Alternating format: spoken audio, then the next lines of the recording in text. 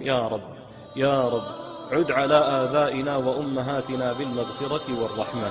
اللهم اغفر لهم، اللهم ارحمهم، اللهم تجاوز عنهم، اللهم أكرم نزلهم، اللهم وسع مدخلهم، اللهم حسن خواتيمهم، اللهم اشف مريضهم، اللهم عاف مبتلاهم، اللهم أصح مريضهم، اللهم متعنا بحياتهم، اللهم أسعدنا بدعوتهم، اللهم استعملنا في خدمتهم، اللهم استعملنا في خدمتهم، اللهم وارزقنا البر بهم يا رب العالمين.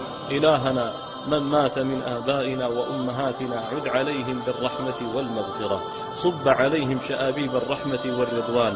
اللهم يا الله يا الله، كانوا أبر الناس بنا فكن أبر الأبرين بهم، اللهم كانوا أرحم الراحمين بنا فكن أرحم الراحمين بهم يا أرحم الراحمين.